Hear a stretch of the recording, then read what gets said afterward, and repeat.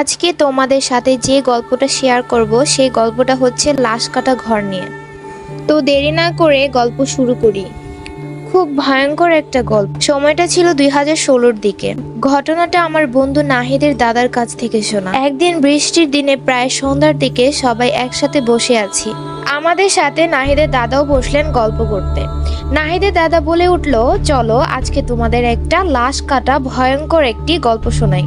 আমরাও সবাই রাজি হয়ে গেলাম, কারণ আমার ভূতের গল্প বা হরর স্টোরি শুনতে খুবই ভালো লাগে, তাই অনেক এক্সাইটেড হয়ে উঠি আমি। নাহিদের দাদা বলেন, আমার বয়স যখন 17 বছর তখন আমার একজন বন্ধু ছিল সুবেদ নামে। সুবেদের পরিবার অনেক গরিব ছিল, তাদের সংসার কোনো রকমে চলতো আর কি। একবেলা খাবার জুটলেও আরেক বেলা খাবার জুটতো না, এভাবেই তাদের কষ্ট করে দিন চলতো কোনো রকমে।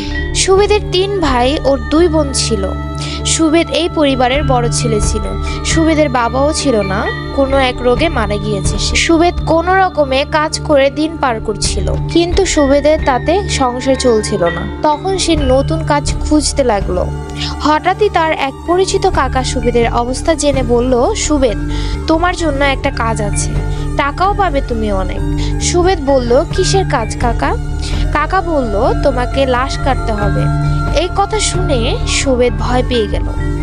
আমি এই কাজ করতে পারবো না। কাকা বলল, অনেক টাকাও পাবে তুমি, তোমাদের আর কোনো সমস্যা থাকবে না। সুবেদ একটু চিন্তা করে রাজি হয়ে গেল। পরদিন সুবেদ তার কাকার সাথে হাসপাতালে চলে যায়। সুবেদ লাশ কাটা ঘরে প্রবেশ করতেই খুব বাজে একটা গন্ধ পায়। সুবেদের কাছে একটু অন্যরকমই লাগছিল। প্রথম দিনে কোনো রকম কাজ না করেই বেশ কিছু টাকা পেয়ে যায় সে। দ্বিতীয় দিন সুবেদ লাশ কাটা ঘরে যাবার পর সুবেদকে একটা দম বলে, আজকে তোমাকে লাশ কাটতে হবে। সুবেদ ভয়ে ভয়ে জিজ্ঞাসা করে, কিসের লাশ?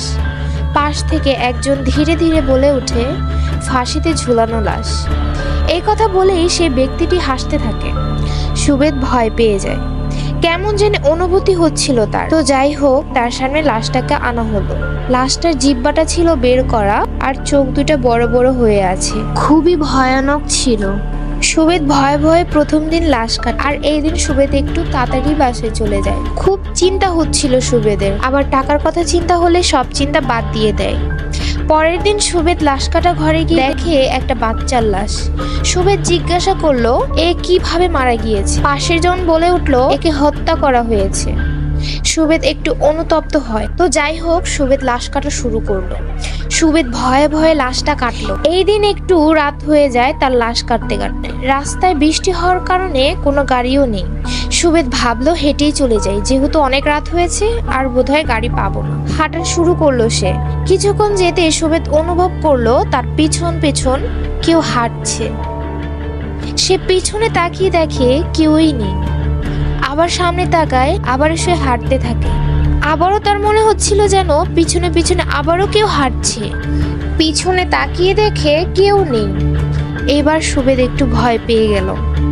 একটু পথ সামনে যেতেই সুবেদ একটা ছোট্ট বাচ্চার কান্নার আওয়াজ শুনতে পেল। পিছনে তাকিয়ে সে যা দেখলো তা দেখার জন্য সে মোটেও প্রস্তুত ছিল না। সেটা দেখার পর তার পুরো শরীর হিম করে দিল। সে দেখলো আজকে যে বাচ্চাটার লাশ কেটেছে সে, ওই বাচ্চাটা জোরে জোরে কাঁদছে আর এক ভয়ঙ্কর চেহারা নিয়ে তার সামনে দাঁড়িয়ে আছে। সুবেদ এই দৃশ্যটা দেখার পর আর কিছু চিন্তা না করে সরাসরি এক দৌড় দিয়ে বাসায় চলে যায়। এরপর প্রায় 3 দিন টানা জ্বরে ভোগেন সে। এই গল্পের নেক্সট পার্ট দিব কি দিব না কমেন্টে জানাবেন।